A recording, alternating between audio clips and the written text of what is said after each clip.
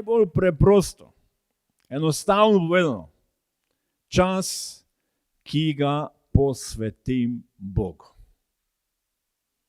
In če misliš, da si danes prišel na Bogu služiti, da si izgubil čas, to je najboljši čas, katerega si lahko nedeljo izkoristil za sebe, ne vem, za družino, za kogarkoli, kaj ti vzel si čas za Boga.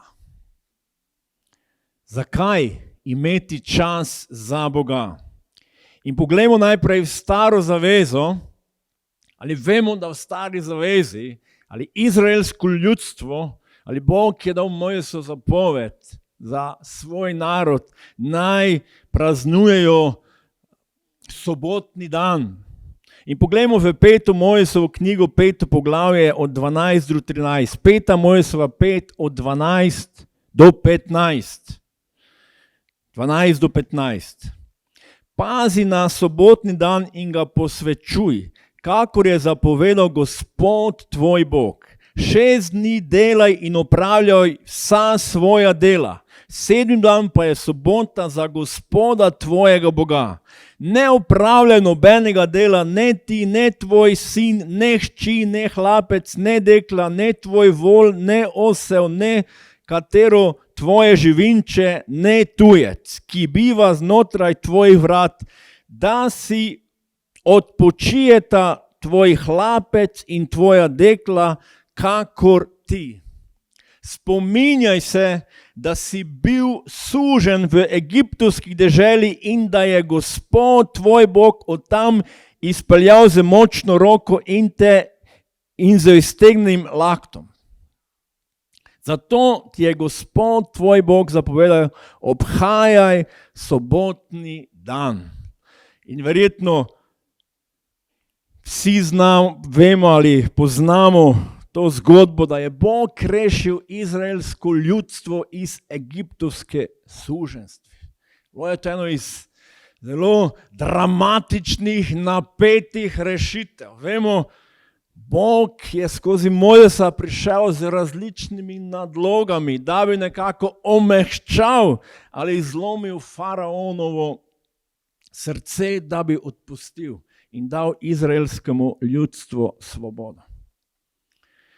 In ko se je to zgodilo, vemo, in so odpotovali iz Egipta, potem Bog da Mojsesu zapovedi, kako naj služijo, kako naj živijo svojemu Bogu. In eno od teh zapovedi jim je tudi dal sobotni dan, ki pomeni šabat in je dan počitka. Sploh ni tako slabo. Dan počitka. Danes so mnogi ljudje preutrujeni. Vsi časi pravijo, kako sem utrujen. Tukaj Bog govori o dnevu počitka. Da si odpočiješ ti, tvoja družina, tvoji hlapci, tvoje živali. In na drugi strani je bil ta dan, da se spominjaš, kako te je Bog rešil egiptovskega suženstva. In zato so dobili dan počitka. Ali dan, kjer so odložili nekatera bremena, skrbi, dela, da se lahko rečemo fizično, psihično odpočijo in duhovno nahranijo. In da preskočimo, mi bi lahko kar nekaj tem, ampak danes želim tako, da ne bom predolg, da bom tam nekje v 12:30 zaključil, moče kakšno uro prej. Ampak da malo razumemo ta starozavezni sobotni dan. Ampak vemo, Bog jim je to dal in je bil to dan enega posebnega blagoslova. Bog je blagoslavljal ta sobotni čas. In v Mojsesovi knjigi beremo, 2. Mojsesovi 16, 25, 26. Tedaj je Mojses rekel, jejte to danes, kajti danes je sobota za Gospoda. Danes tega ne boste našli na polju. 6 dni to nabirajte, 7. dan pa je sobota, da ta dan ne bo nič. Vemo, da je Bog v puščavi skrbel za izraelsko ljudstvo za hrano. In nabirati so morali vsak dan mano. To je bilo neka hrana, nekdo je to že analiziral, kaj to bilo, da je bilo zelo tako fajn, hranljivo. Ampak Bog je rekel, vsak dan to nabirajte, da boste jedli. Sobotni dan tega ne delajte. To je dan za Gospoda. In ne samo to, Bog pravi, soboto ne boste našli nič. In če beremo Stari zavezi, nekateri so šli tudi v soboto iskati. In niso nič našli. In lahko vidimo, da Bog daje en posebni blagoslov, ko je njegovo ljudstvo zbrano skupaj z njim in ko odloži vse stvari. In ne samo to, to je bilo za izraelsko ljudstvo nekaj duhovno zelo pomembnega. 31. poglavje, 2. Mojsijeva, 15. vrsta. 6 dni naj se opravljajo dela. 7. dan pa je sobota, dan počitka, posvečen Gospodu. Kdorkoli na sobotni dan opravlja kako delo, naj bo usmrčen. O, moja cerkev, dobro, da ne živimo v Stari zavezi. Ampak, veste, čas za Gospoda, ali v duhovnem smislu mi lahko danes prenesemo. Če nimaš časa za Gospoda, če nimaš dneva, kjer ga slaviš, častiš, da se duhovno hraniš, nekega dne boš duhovno umrl. In za izraelsko ljudstvo, Stari zavezi, je bilo to tako resno, da je pomenila smrt. In ne samo duhovno, ampak tudi fizično. Tako nekaj namigov v bistvu v tem sobotnem dnevu, ki ga je izraelsko ljudstvo imelo. In seveda postavlja se veliko vprašanje, kaj pa v Novi zavezi? Ali sobota ali nedelja kot dan? Vemo, Bog je 7. dan počival. In nekateri tisti, ki zagovarjajo, da bi morali se na soboto zbirati, nekako pravijo, to je bila celo zapoved že na začetku, ali Bog nam pokazal, Bog je 7. dan počival, ali ta sobotni dan je pomemben kot dan. Ampak dejstvo je, da nikjer v Svetem pismu ne vidimo od Abrahama, od začetka pa do Mojzesa, da bi izraelsko ljudstvo praznovalo soboto. Ali vemo, da je Bog, in smo rekli, dal Mojzesu zapoved za izraelsko ljudstvo. Ali ta zaveza je bila dana izraelskemu ljudstvu, kar se tiče sobote kot samega dneva. V 2. Mojsijevi 31, 16 in 17. 2. Mojsijeva 31, 16 in 17 vrsta.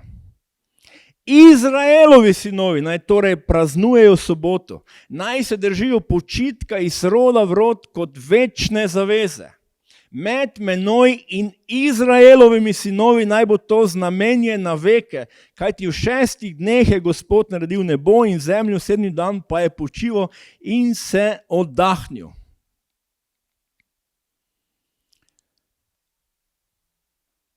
Za izraelsko ljudstvo je bila sobota določena kot dan, kjer so se zbirali. In zanimivo je, ko sem bil v Izraelu, ali ko smo bili, ne vem, ko smo bili na zadnjem skupaj, če smo to opazili, ampak sem jaz bil enkrat prej, mi smo šli na tržnico v petek, tam nekje ob 1:00 in to je bilo polno naroda. Kupovalo se je. Ampak mi vemo, da sobotni dan se za izraelsko ljudstvo konča, ko sonce zaide. V bistvu, se pravi, petek so oni že začeli praznovati sobotni dan in so praznovali do soboto, ko sonce spet zaide. Mislim, sem dobro rekel. Zanimivo, tam je bilo gužva, tam je 2 do 3. Ko se je približeval sončni zahod, je bilo mesto Jeruzalem skoraj prazno. In mi smo vedeli, da z avtobusom imamo kar nekaj časa do hotela in smo rekli, ali bomo še šli z avtobusa, ga dobimo, ali bomo pa šli peš. In smo šli peš na 3 km in se lepo ogledovali. Ampak vidimo, še danes oni seveda praznujejo ta sobotni dan. In kot sem rekel, kaj pa v Novi zavezi? Ali ko se cerkev zbira, ko imamo bogoslužja, ko je Jezus začel služiti, in to večkrat preberemo, mnogi so Jezusa obsojali, da krši soboto. Smo prebrali že to, kdaj v Svetem pismu. Da krši soboto. In Jezus nikjer ni, rekel, da jo ne smejo ali pa da tudi morajo praznovati. Ampak vidimo, nekaj se je začelo dogajati, nekaj novega. V Novi zavezi dobesedno je prišlo do ene spremembe. Zdaj se potem veliko ali v apostolskih delih začne govoriti o prvem dnevu v tednu. Matej 28. Po soboti, ko se je 10. vrsta, po soboti, ko se je svito prvi dan tedna, sta prišli Marija Magdalena in druga Marija pogledat grob. In glej, naproti jim je prišel Jezus in rekel, pozdravljeni, oni 2 ste pristopili, mu objeli noge in se mu poklonili. Tedaj ima je Jezus rekel, ne bojte se, pojdite in sporočite mojim bratom, naj gredo v Galilejo, tam me bodo videli. Z Jezusovim vstajenjem je prišlo do ene velike spremembe med staro in novo zavezo. In če bi pogledali še v apostolska dela 20. poglavje, tam beremo, ko smo se prvi dan v tednu zbirali k lomljenju kruha, se je Pavel pogovarjal z njimi, ker je nameraval naslednji dan odpotovati, se je njegov govor zavlekel do polnoči. Tukaj beremo, da je cerkev bila zbrana prvi dan v tednu, kar je dobesedno so bili verjetno zbrani v soboto zvečer.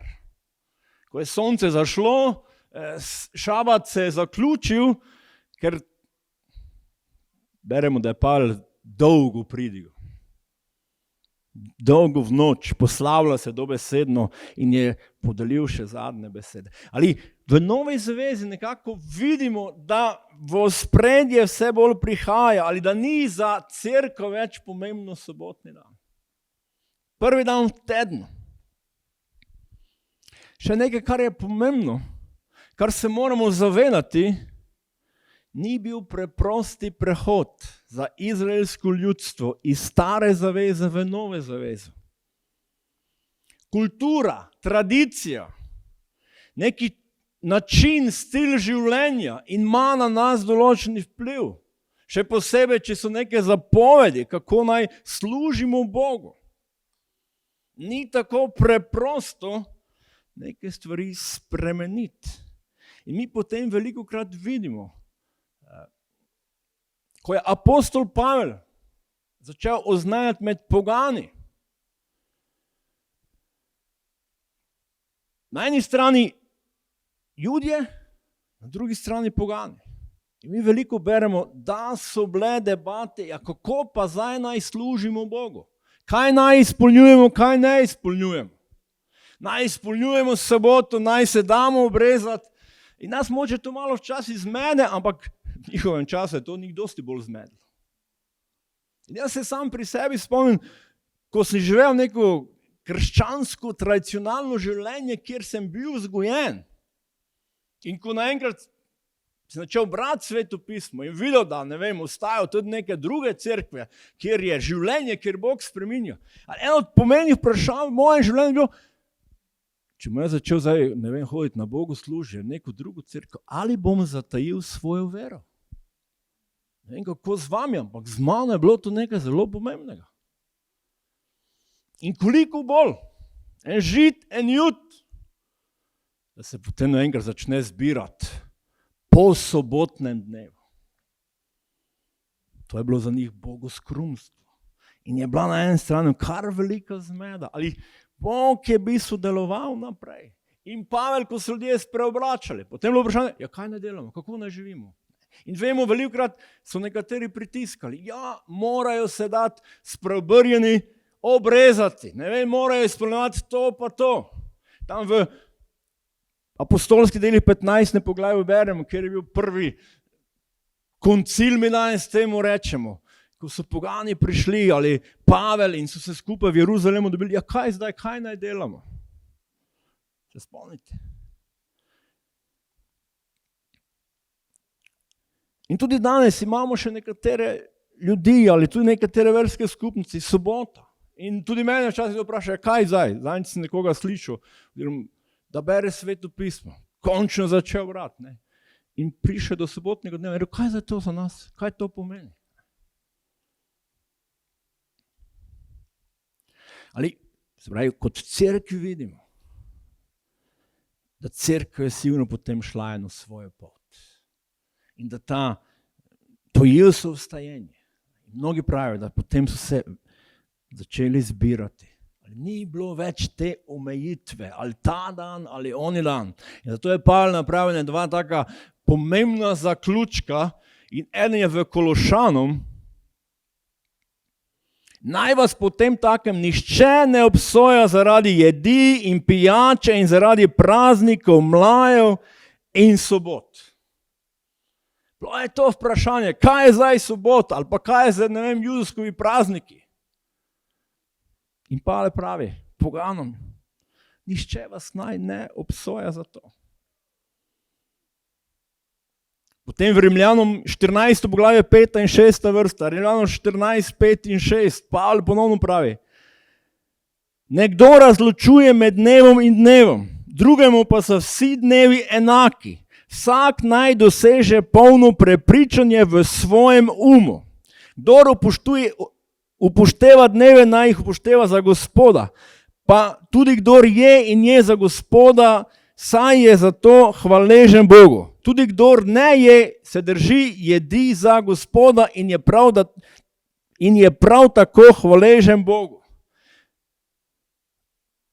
Ali tukaj Pavel daje na veliko svobodo. Jaz večkrat povem ali razmišljam, če je bil kdo svoboden v Kristusu, je bil apostol Pavel. In vemo, ne samo to, tudi hrana, izraelsko ljudstvo, čista, nečista, kaj zdaj jesti, kaj ne jesti. In Pavel tukaj pravi. Po domače povedano,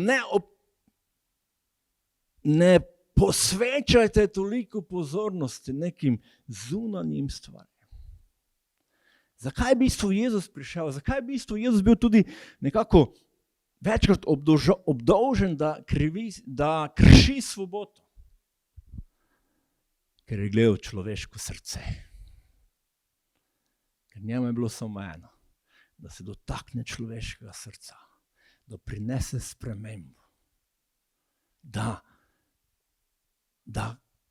ko smo brali ali eno od začetkov Jezusovih služb iz proroka Izaije, da prinese duhovnim jetnikom svobodo, prostost. Jezus ve, naš največji problem je naš greh.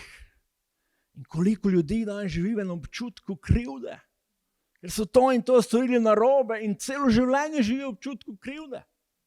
Ali Jezus je tak, ki odpušča, ki daje ta notranji mir. On je razumel in je vedel, kaj je naša največja potreba.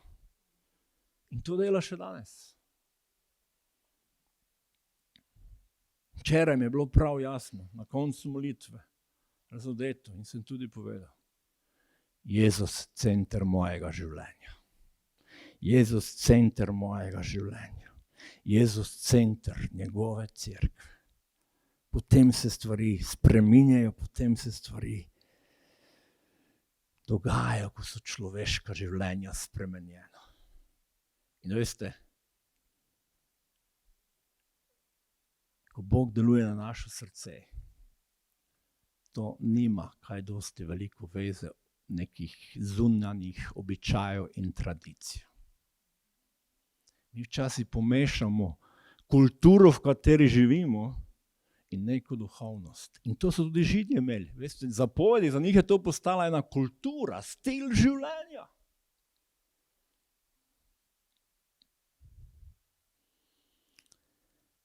Jezus v centru življenja, v Novi zavezi.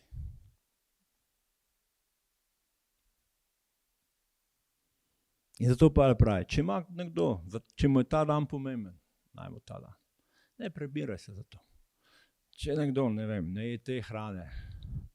Veste, mi vsi beremo staro zavezo. In se učimo od nje.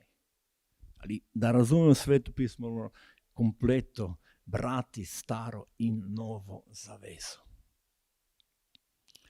In zdaj pomoče pogledajmo ta Gospodov dan, ali v bistvu cerkev potem ni več govorila o sobotnem dnevu, tudi danes mi nekako govorimo o nedelji kot Gospodov dan, ko smo prišli skupaj pred našega Gospoda. Nekateri govorijo in mogoče tudi bilo, da je Konstantin tam leta 312 nekako iz sobote ali da je cerkev v nedeljo se začela zbirati. In da je nedelja bila en poganski praznik, da vem, Boga sonca in nekaj vse. To je moče vse lahko res. Ampak vidimo, da je cerkev šla eno svojo pot. Ali da je Bog deloval.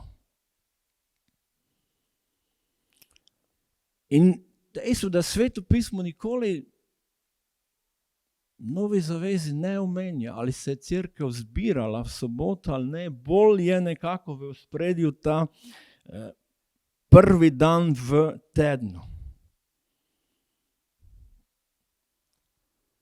Ampak ponovno pravim, sprememba, ali najbolj pomembno je, da Bog prinese spremembo v naše življenje. In ni pomembno, toliko kateri je dan, kar je pomembno, da imamo dan za Gospoda. Da pridemo skupaj, da ga slavimo, da ga častimo, oziroma da si postavimo to vprašanje, zakaj se mi zbiramo? V centru mora biti Jezus Kristus. V centru mora biti Jezus Kristus. Kajti on je naš odrešenik. On nas je rešil večnega pogubljenja. On nas je rešil, osvobodil suženjstva greha. On nas je osvobodil suženjstva greha. Izraelsko ljudstvo je bilo rešeno egiptovskega suženjstva, ki je bila dobesedno telesna, fizična osvoboditev.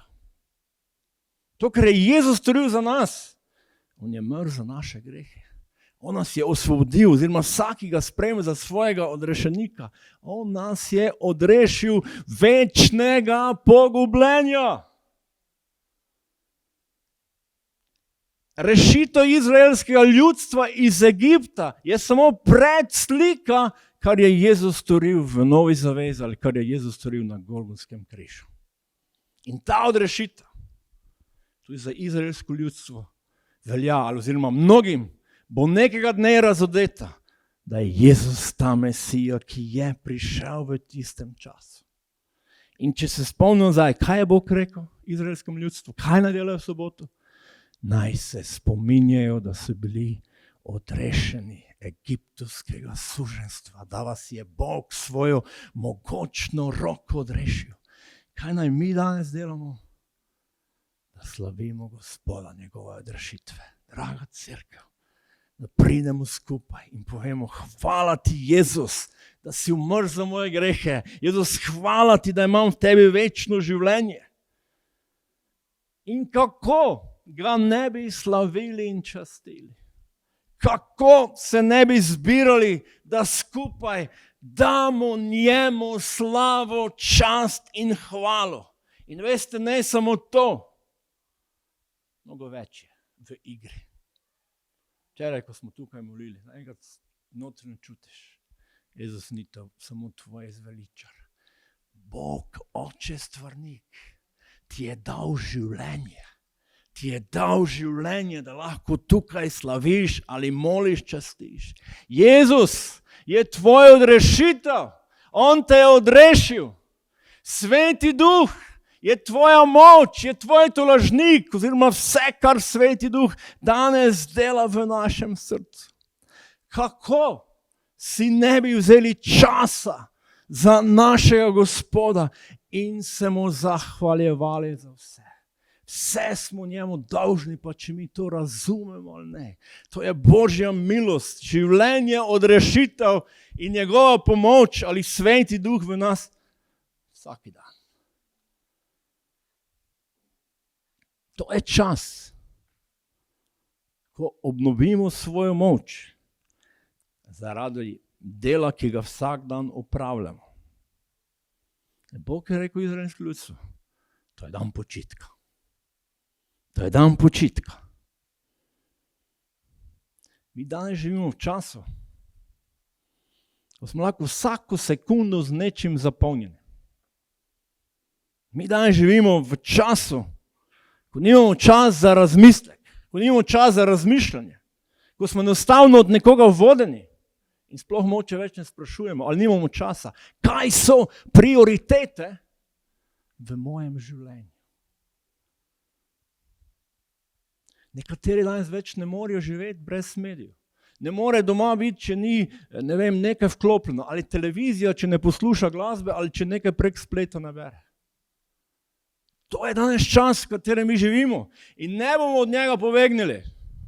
In če hočete, še bolj hujše bo.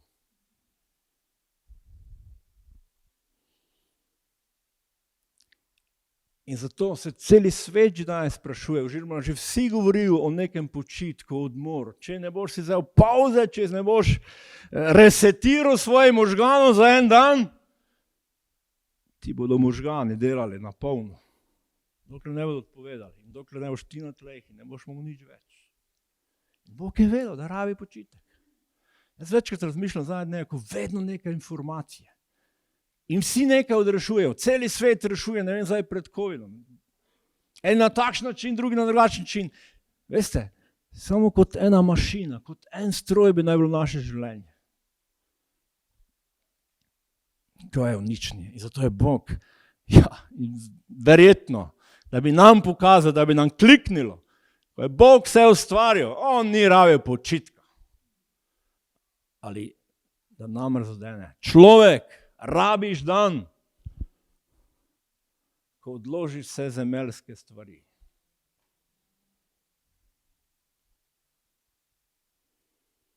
Mi lahko nabiramo, mi lahko marsikaj delamo. Ko sem prej omenil, izraelsko ljudstvo je šlo v soboto nabirati mano, pa niso nič našli.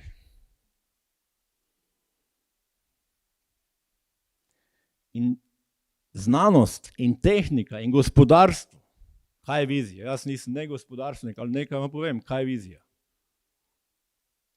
Čeprav se moče o tem več ne govori, ker gremo malo drugo pot. Kako jaz razumem, razvoj človeštva na zemlji je, da se razvijemo tako daleč, da iznajdemo, da stroji vse delajo za nas. In bomo mi uživali na zemlji. Stroji dodelali, bomo dobivali plačo in bomo mi tako živeli. Dobesedno. Zakaj vedno potrebujem neki razvoj? Ampak vemo, da se mnogokrat stvari zalomijo. In ne, da samo zalomijo, postaja vse večji problem. Da človek rabi tudi dan počitka.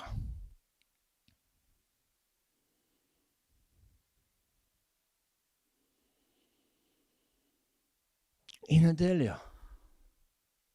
Moče mora biti dan, da odložimo vse zemeljske stvari. Vemo, kak je. Ne? Veliko je že vse splanirano za naprej. Jaz verjamem, da nam Bog želi pomagati. V končni fazi, tudi ko se je v koroni vse zaostavilo, pa še vedno gre vse skupaj nekaj naprej. Razumemo to? Ne propade čez noč takoj vse, če mi včasih ne bomo odložili nekaterih stvari. In seveda Gospodu dan je tudi čas za duhovno obnovo. čas za duhovno obnovo. In jaz sem si tukaj zapisal, nedeljo, ko se cerkev zbere, to bi moral biti praznik.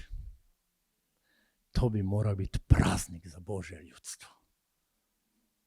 To bi moral biti dan čaščenja. Ko že zjutraj moče sosed gleda, pa kaj te tako zgodaj že gre v cerkev? Pa nedelje, pa naj spi, pa se naj odpočije. In enkrat te bo moče vprašati, kaj hodiš tako zgodaj vedno vsak nedeljo ali pa? Čas za Gospoda, da se duhovno nahranimo. Da odložimo svoje skrbi, svoje potrebe pred Jezusom. Tukaj smo in Jezus je rekel, pridite k meni, če ste utrujeni in obteženi. Gospod je tukaj, Sveti Duh je tukaj. Ko izliješ svoje srce in poveš, Gospod, dotakni se me. Predajam ti moče probleme, stiske, konflikte. Jezus prišel sem na en sveti prostor. Ko smo mi tukaj, ko je cerkev zbrana, ko je Bog tukaj, teda je ta prostor sveti prostor. Niso, neke umetniške slike. Sveti prostor, ker Bog pride s svojo prisotnostjo in ker je Božje ljudstvo zbrano v njegovem imenu. In tukaj smo, da se učimo iz Božje besede. Jezus je rekel, učite se od mene. Učite se od mene. Duhovno se hranimo, da rastemo, da lahko v naslednjem tednu delamo. In veste, ko gledamo Božjo besedo v Novi zavezi, zahajanje v cerkev ni nek dober predlog. Je Božja volja za vsakega vernika. In ne daj Bože, da nekoga v nekem prisili. Ali nekaj, kar mi moramo razumeti, je Božja volja za vsakega vernika. In v pismu Hebrejcem 10. poglavju 25. vrsti, Hebrejcem 10:25 pravi, ne opuščajte svojega zbora, kakor imajo nekateri navado. Marveč drug drugega spodbujajmo in to tem bolj, čim bolj vidite, da se bliža dan. In zakaj mi je Gospod spregovoril, da naj govorim o tem Gospodovem dnevu, ali če hočete zbiranju, ko pridemo kot skupaj, da se ponovno spodbudimo, zakaj prihajamo skupaj. In pa ne opuščajte zbora, kakor imajo nekateri navado. Bog želi, da spodbujamo drug drugega. Smo Božji otroci, imamo različne duhovne sovražnike, ki bi nas hotel na vsak način zaustaviti, da ne praznujemo Gospodovega dne. In 3 nam bom naštel in potem bom zaključil, ki se vedno ali velikokrat borijo v našem življenju, da nam preprečijo, da ne bi prišli skupaj z Božjim ljudstvom. En sovražnik je. To vsi poznamo. Človek je največji sovražnik sam sebi. Eden od največjih sovražnikov smo sami sebi. Ali moče naš stari človek. Danes se mi ne da iti v cerkev. Vsak dan trdno delam, zdaj pa naj grem še v cerkev. In večkrat nam ne govori hudič, ampak naš stari človek. Že sem povedal ta vic, ne? Pa dajmo še enkrat. Ko mama jutraj svojega sina v nedeljo budi, sin, na bogoslužje moraš iti v cerkev na bogoslužje, sin, prebudi se. Pa ne da se mi, pa ne. Pa mama straja, pa nas zapravi, sin, pa ti si pastor, ti moraš iti na bogoslužje.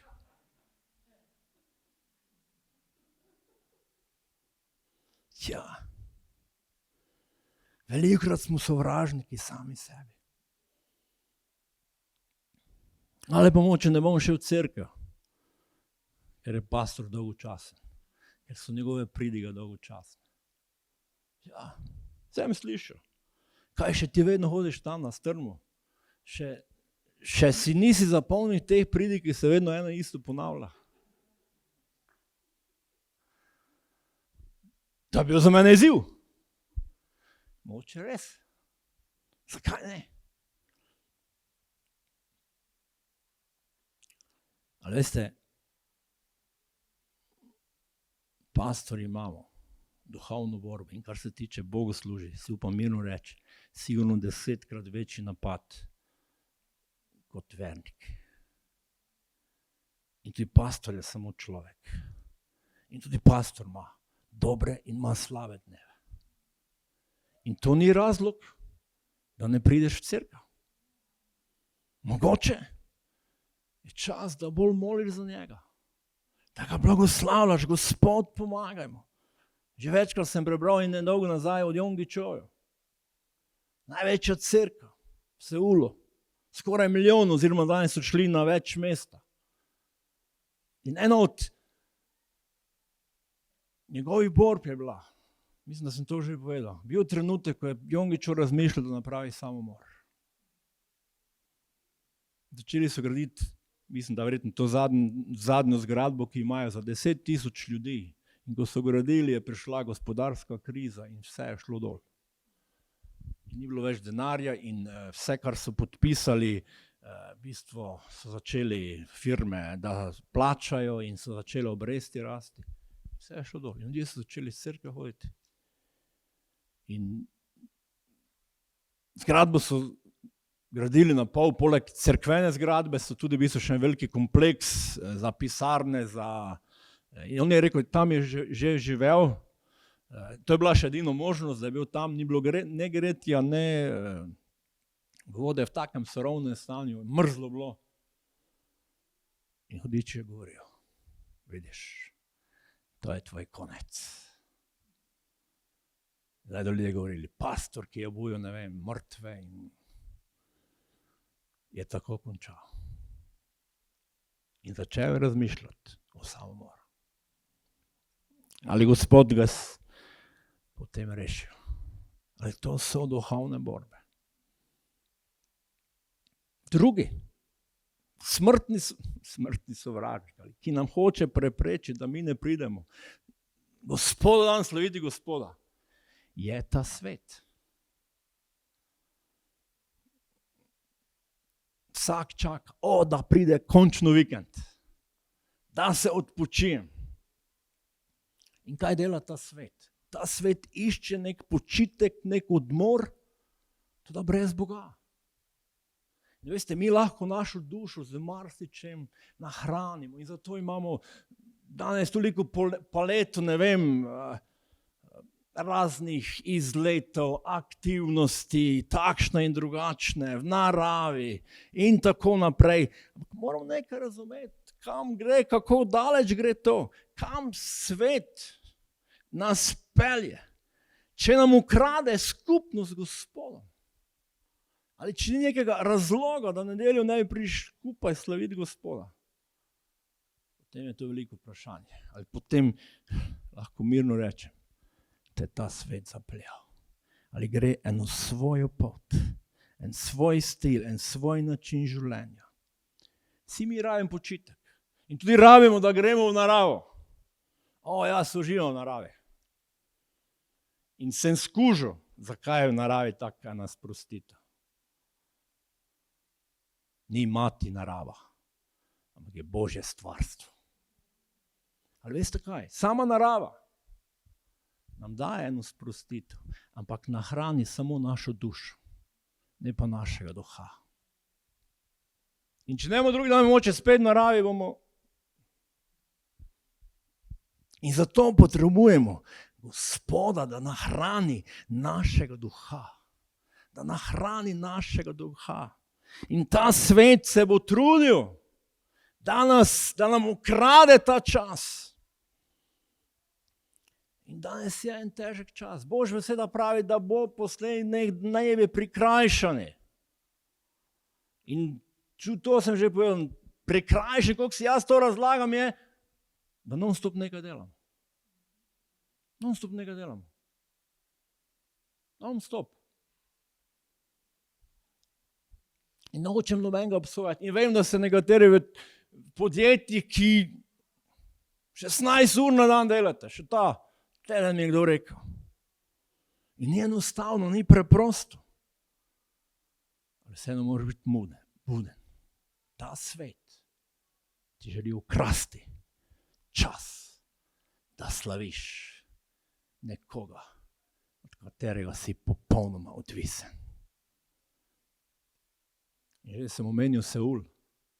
In veste, ko sem bil tam in smo se peljali v nedeljo, ene trgovine so bile odprte, druge zaprte. Tudi to sem vam že povedal. In smo mi vprašali, zakaj so ene trgovine odprte, druge zaprte. Potem sem rekli, kjer so krščanske trgovine, so v nedeljo zaprte. Gospodov dan. Čas, da slavijo Gospoda. Tudi, če si službi v nedeljo, ni enostavno. Nekateri so v nedeljo v službi. So različne službe, ko so špice, ko si non-stop. Ali kar je pomenilo, na nek način moraš poskrbeti, da imaš čas za Gospoda. Da imaš tudi dan, ko prideš nekako skupaj, da slavimo Gospoda. Veste, dan Gospod tudi nam daje eno pomembnost, da mi razumemo, da smo odvisni od našega Boga. Da smo mi odvisni od našega Boga. Mnogi danes rekli, se ne rabim Boga, sem ni treba v cerkev. Izgubili so ta občutek, to odvisnost. Kako pomembno je, da imamo skupnost z Gospodom. Tukaj imam zapisano še shopping v nedeljo. In zdaj so nam ta Europark zaprli. Časem se kar nekam. V nedelju po Bogu služijo, smo bili v McDonald'su na kosilo. Ali kar je včasih mene mučilo. Ko sem se peljal v cerkev, mi se mučilo. Znemirilo. Jaz sem se peljal v cerkev, avti so se peljali v Europark. In to so bila prava nedeljska čaščenja. Ko so ljudje tam skupaj. In veste, jih razumejo nekateri, mnogi so potem kafetkali, se malo pogovarjali, se družili. O tem bomo drugo nedeljo govorili. Ali ta Gospodov dan je potem odšel v Europark. In tretji sovražnik je hudič. Ni hudič za vse kriv. Že sem rekel, mi sami ali naš stari človek, vpliv tega sveta in hudič. Veste, kakšna je razlika, ko hudič deluje? Mislim, da to je ena zelo noter globoka. Najprej, kar je hudič mnogim napravil, jih prepričal, da Boga ni. In da tudi njega ni. To je velikokrat. Hudič najbolj želi, da ne vemo, da ne verjamemo ne v njega in ne v Boga. In zato imamo razne filozofije, razne nauke, svetovne nazore. In velikokrat hudič dela na takšen način. Ti že, ko moliš, ali ko priješ v cerkev, ali smo molili, ali je pastor molil, je kdo rekel, pa viš, se nič ne zgodi. Nekaj, nisi slišal glasu ali nekje v tvojih mislih, pa se nič ne zgodi. Ko hudič deluje, on nas bo tolkel tako dolgo, dokler ne bo zrušil naše vere. To bodimo previdni, zato. Ali pa ljudje največkrat reče, ko ni več cerkev. Ali pa tisti, ki nočejo cerkev. V cerkvi so sami hinavci.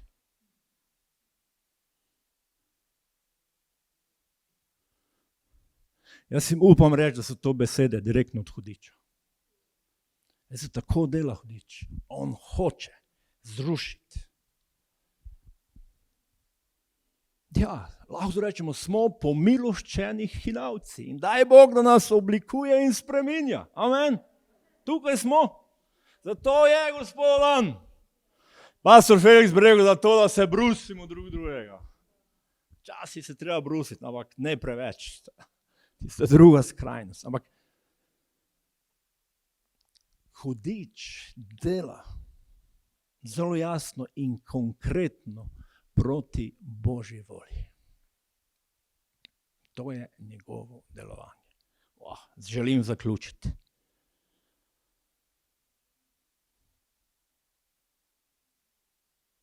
In zaključil bom s tradicijo. Obstaja ena zdrava tradicija. Danes se spet veliko govori, oziroma eni je sploh ne šljivijo, ampak veliko se govori o tradiciji, kako smo živeli, ne vem, pretekli časi. Tudi razne krščanske cerkve. To tradicijo smo opustili, to tradicijo smo opustili. Jaz bi rekel, tradicijo, kjer smo častili in ne vem kaj praznovali in ne Boga pustijo. Ali obstaja ena zdrava tradicija in ko sem razmišljal o Gospodovem dnevu, mislim, da to je ena zdrava tradicija. Nihče ni tako duhoven, da bi vsak nedeljo vstal in rekel, haleluja, danes pa grem končno spet v cerkev. Hvala Bogu, so tudi takšni dnevi. Ali vsak bo izvan, vsak, ali sam sabo, kot smo že rekli, ali s svetom, ali s hudičem. Ne grem danes v cerkev. In moče se to sliši, tako ne preveč duhovno, ali v tistem trenutku te lahko tradicija reši. Jaz hodim v nedeljo v cerkev, jaz grem v nedeljo v cerkev. In jaz ne bi rekel samo tradicija, ampak tudi ena disciplina. In če je to disciplina za Gospoda, zakaj ne bi njemu služil? In v Lukovem evangeliju, drugo poglavje 41 do 43, Luka 2, 31 do 43. Njegovi starši so vsako leto v prazniku Pashe hodili v Jeruzalem. Ko je bil star 12 let, so šli na pot po praznični navadi. Ko so se po končanih prazničnih dneh vračali, je deček Jezus ostal v Jeruzalemu, ne da bi njegovi starši to opazili. Ne bomo govorili zdaj o Mariji in Jožefu, kakšna starša sta bila, očitno sta Jezusa pozabila. In potem ima kliknilo, da Jezusa ni zraven, ampak kar hočem poudariti, vsako leto ob prazniku Pashe so šli v Jeruzalem. Bil je njihov čas, ko so šli na praznični dan. Po praznični navadi. Nismo mi tako duhovni, da ne bi včasih iz navade prišel v cerkev. Moja žena mi včasih pove, v petek, pravi, tako sem utrujen, da komu hodim. Pravi, danes bi ostala doma. In veste, kaj jaz kot pastor svetujem? Kaj mislite? Jaz si povem, ostani doma in se odpoči. In ona pove, grem v cerkev. In ko gremo v petek domov, ona pove, hvala ti, Bog, doživela sem eno notranjo pokrepitev, en dotik. In dobro, da sem bila tam. Gospod nam prinaša duhovno rast. Luka 2:40. Tukaj piše o Jezusu takole. Otrok pa je rastel in se krepil. In ne pozabimo, vemo, potem je Jezus ostal v templju.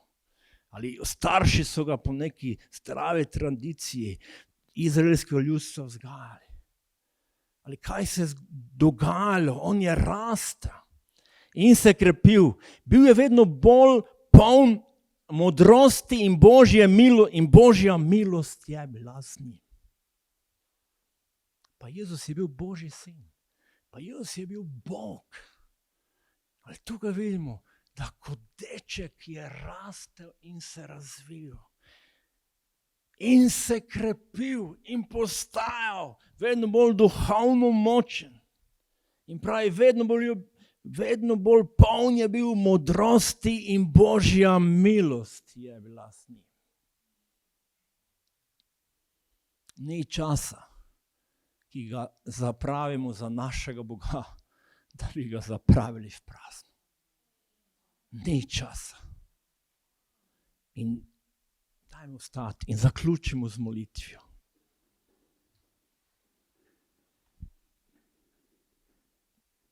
Ne dovolimo hudiču, da ti zdaj hudič pravi, zdaj me je pastor dobro ven spucal, ker včasih ne grem v nedeljo v cerkev. Ne, nisem te ven spucal, želim nas spodbuditi. Kajti živimo v času, ko je vse usmerjeno, da nam ukrade čas s Gospodom. Ali pridemo moliti in povemo, Gospod, tukaj sem.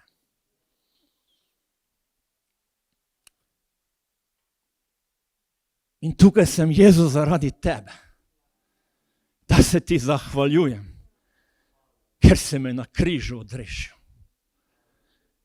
Da imam v tebi odpuščanje, da imam v tebi mir, da imam v tebi večno življenje.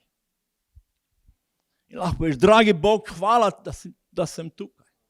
Če me ti ne bi ustvaril, če mi ti ne bi dal življenja, mene ne bi bilo niti tu. Niti ne bi mogel biti tukaj. In Jezus, jaz te prosim, daj nam moč, daj nam ziljenje, Sveti Duh, ki si v nas.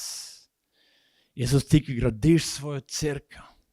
Jezus, nočemo neke tradicije postavljati, ampak želimo živeti eno zdravo duhovno življenje, Gospod. In želimo te slaviti.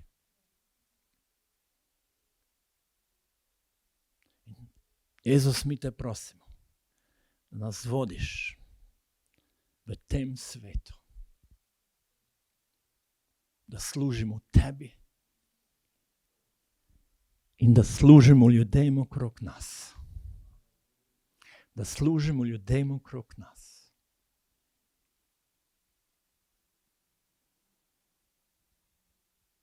Amen. Amen. Oče, kakšna molitev potreba, lahko dvigne svojo roko. Moče zvezi s to temo, moče kakšna druga potreba.